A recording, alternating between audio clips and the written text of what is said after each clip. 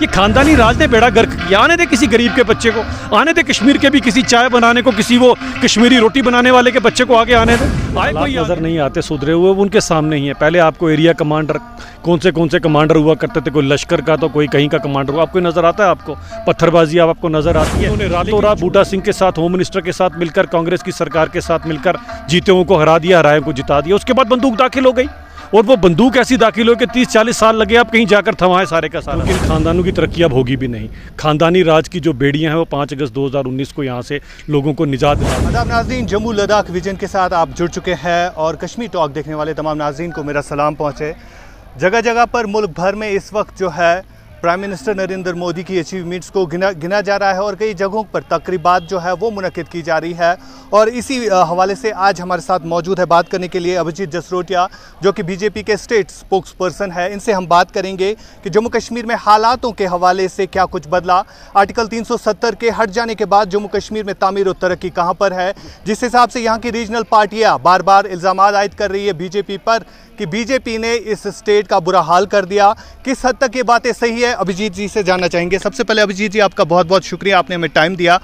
आपसे जानना चाहूँगा, दफ़ा 370 के हट जाने के बाद जम्मू कश्मीर जो कि एक स्टेट हुआ करती थी, इसको यूटी में तब्दील किया गया और फिर कहा गया कि तामीर और तरक्की होगी। लेकिन ज़मीनी सतह पर जब देखा जाए और यहाँ की रीजनल पार्टीज़ की भी जब बात की जाए तो उनके कहने के मुताबिक ज़मीनी सतह पर तामीर और तरक्की का कहीं पर नाम नहीं नज़र आ रहा है। ये पता नहीं कौन सी ज़मीन ये वाली रीजनल पार्टीज़ देख रही हैं। अब ये जो ज़मीन है, अगर केवल अब्दुल्ला परिवार की ज़मीन है, केवल मुफ्ती परिवार की ज़मीन है या फिर गांधी परिवार की ज़मीन है, उस ज़मीन पर मैं समझ सकता हूँ उनकी तरक्की नहीं हुई है, क्योंकि इन खानदानों की तरक्की अब होगी भी नहीं। खानदानी राज की जो बेड़ियाँ हैं वो 5 अगस्त 2019 को यहाँ से लोगों को निजात दिला दिया गया उनसे।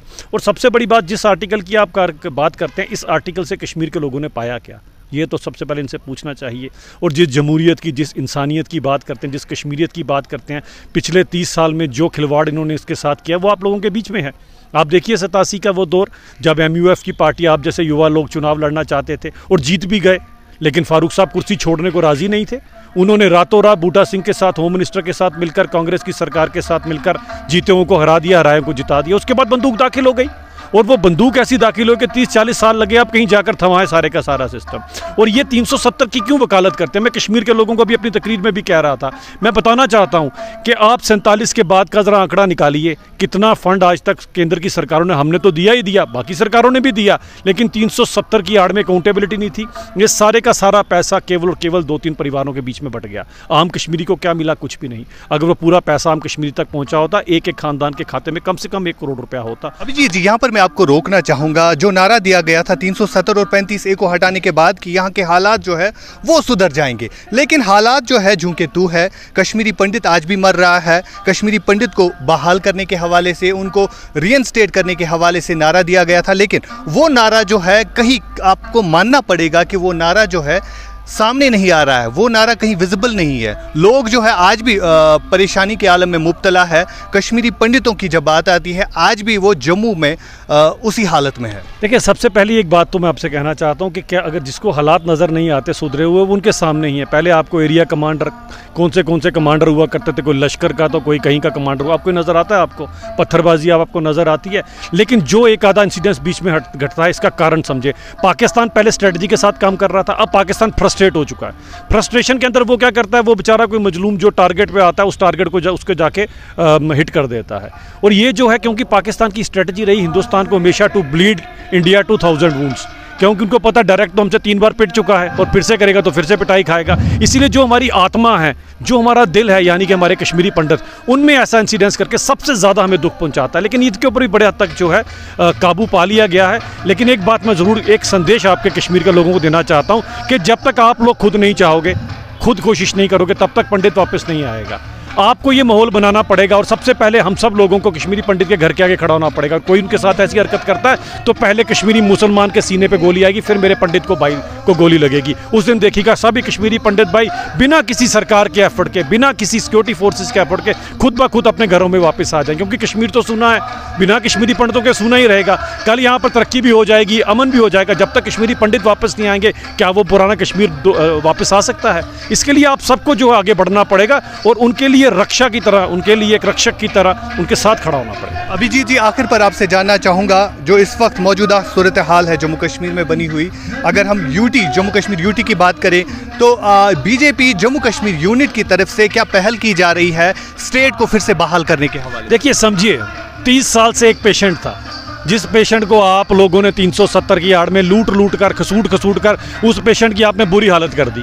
अब वो पेशेंट जब मरने वाला हो गया, उसको लाके हमने आईसीयू में डाला, यानी कि इसको यूटी में कन्वर्ट किया। अब वो पेशेंट भला चंगा हो रहा है, और जब भला चंगा हो जाएगा तो फिर से इसको स्टेट बना दिया जाएगा। इसमें किसको शक है? जब माननीय गृह मंत्री जी ने पार्लियामेंट से बोल दिया, हम सब ने बोल दिया, तो लोगों को शक क्यों होना चाहिए? और भारतीय जनता पार्टी की कथनी और करनी में फ़र्क नहीं रहता, हम जो कहते हैं वो कर भी दिखाते हैं। बिल्कुल, कांग्रेस की तरफ से एक बड़ा बयान आज सामने आया, जिनने कहा कि बीजेपी नहीं चाहती है स्टेट में इलेक्शन हो जाए, बीजेपी शायद इसी में खुश है कि यहाँ पर इलेक्शन ना हो, क्योंकि 7 साल से करीब अरसा हो गया कि इलेक्शन यहाँ पर नहीं कराए गए। और क्या लग रहा है आपको, कब तक ये इलेक्शंस होंगे और आपको क्या इन्फॉर्मेशन है? देखिए, सबसे पहले तो कांग्रेस वालों को पूछो कि बीडीसी, डीडी और 5 सरपंचों में क्या उनका चाह जो है वो ख़त्म नहीं हो, चाह हमारे डोगरी में बोलते हैं, उनको ख़त्म नहीं हुआ उनका, वो पता तो लग गया, उनके तो जीते ही कितने हैं। पता नहीं किस बेस पे कांग्रेस बोल रही है कि चुनाव कराओ। चुनाव तो होंगे, लेकिन आपके कितने लोग आएंगे ये बताएं।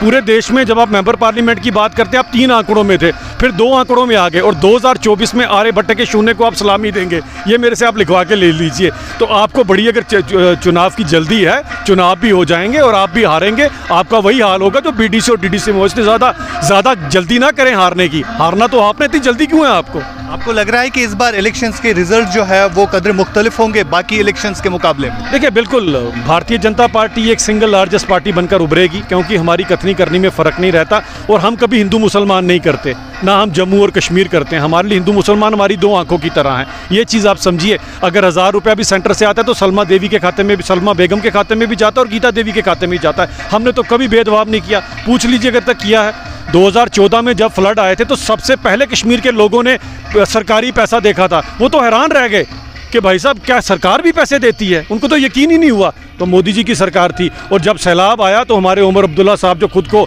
लंदन से पढ़ा हुआ बड़ा काबिल समझते हैं, वो सैलाब के समय पे इस तरह के घर होते हैं कश्मीर के, इसी तरह के टीन के घर होते हैं। बताएं, इसकी छत पे कोई जा सकता है? उमर साहब हेलीकॉप्टर लेकर तो लोगों पे ब्रेडें फेंक रहे थे, वो ब्रेडें उस तरह नहीं पहुंची जिस तरह से नेशनल कॉन्फ्रेंस का कभी पैसा नहीं पहुंचा लोगों तक। इस तरह के तो आपके यहाँ पर मुख्यमंत्री रहे हैं, इन लोगों से आप क्या तवक्को रखते हैं? ये खानदानी राज ने बेड़ा गर्क किया। आने दे किसी गरीब के बच्चे को, आने दे कश्मीर के भी किसी चाय बनाने को, किसी वो कश्मीरी रोटी बनाने वाले के बच्चे को आगे आने दे, आए कोई आगे, कोई जम्मू से आए, कोई कहीं से आए। मुझे लगता है जिस इंसान का जमहूरियत में विश्वास है, भले वो जम्मू का हो, कश्मीर का हो, उसे आगे आना चाहिए इन सब चीज़ों में। अभी जी लास्ट पर, आखिर पर, जो पहाड़ियों के साथ वादा किया गया है कि एसटी स्टेटस उनको मिलेगा, क्या लग रहा है आपको, कब तक एसटी स्टेटस के नाम पर आप पहाड़ियों को झूठ बोलते जाएंगे? देखें, सबसे पहली बात आती है, अब एसटी स्टेटस की बात करते हैं तो आज तक तो एसटी के नाम के उन्होंने सिर्फ वोट इकट्ठे किए। जो सीटें एसटी को मिली, रिजर्वेशन, पॉलिटिकल रिजर्वेशन हमारी वजह से मिली। गुलाम अली खटाना साहब पहली बार एसटी के लिए अगर कोई राज्यसभा में नॉमिनेट हुआ, भेजा गया, तो किसने भेजा? भारतीय जनता पार्टी ने भेजा। हमसे ज़्यादा दुख है इनको एसटीओ का तो जीएडी का 1164 नंबर ऑर्डर निकालिएगा। सभी के सभी आप पढ़े लिखे लोग हैं, शायद इन्होंने गायब भी कर दिया, मेरे पास कॉपी है, जिसको चाहिएगा मुझसे ले लीजिएगा। 1164 1996 का ऑर्डर है, जहाँ पर एसटीओ के पीठ पर इन्होंने छुरा घोंपा, और उस समय वोट एसटी सारा एनसी को डालती थी या कांग्रेस को डालती थी। वो जो 1164 नंबर जीएडी का 1996 का ऑर्डर है, उसकी सिफारिश है आर्टिकल 330 से लेकर 337 तक कॉन्स्टिट्यूशन की यहाँ नहीं लगनी चाहिए, और वो सारे के सारे आर्टिकल्स एसटी को उनका हक हकूक दिलाती थी, पॉलिटिकल रिजर्वेशन दिलाती थी। इस तरह का तो षड्यंत्र एसटी के साथ उन्होंने किया। हमसे बात करेंगे एसटीज की, जरा आए तो सही। मैंने 20 बार उमर साहब से इसका जवाब पूछा, मैंने 20 बार कांग्रेस से जवाब पूछा, उनके पास कोई जवाब नहीं है। मुझसे तो आ जाके एजेंसीज वाले बोलते हैं जनाब वो ऑर्डर की कॉपी दे दीजिए, यानी कि उस समय इन्होंने ऑर्डर की कॉपी भी गायब कर दी है। कितने खतरनाक लोग हैं, जरा एसटी भाइयों को उनको पता होना चाहिए। जो एसटी लोग हैं ये हमारा मान है, हमारी इज्जत है। आज खुद देखिए कि इस देश की प्रधानमंत्री कौन बनी है, आप ये भी चीज़ देखिए। तो ये चीज़ें जो होती हैं, प्रधानमंत्री इस देश की प्रेसिडेंट कौन बनी है, आप देखिए। द्रौपदी मुर्मू जी ने बता दिया कि हमारे लिए एसटी हो, दलित हो, अति दलित हो, हमारे लिए बाकी समाज हो, दूसरा समाज, सभी सभी हमारे लिए एक है। हमारे लिए इनकी तरह थोड़ी ना केवल अब्दुल्ला परिवार ही जो है या केवल गांधी परिवार या मुफ्ती परिवार ही है। हमारे लिए पूरे का पूरा हिंदुस्तान जो है वो हमारा है, और इनके लिए हिंदुस्तान क्या है? केवल मुफ्ती परिवार, अब्दुल्ला परिवार और गांधी परिवार। बहुत बहुत शुक्रिया। तो नाज़रीन, बात कर रहे थे अभिजीत जसरोटिया साहब, जिनसे हमने गुफ्तगू की, और इनके कहने के मुताबिक जो आज काम जम्मू कश्मीर में हो रहे हैं इससे पहले नहीं होते थे, जब यहाँ पर मुफ्तीज़ और अब्दुल्लाज़ का दौर चलता था। बहुत बहुत शुक्रिया ये वीडियो देखने के लिए।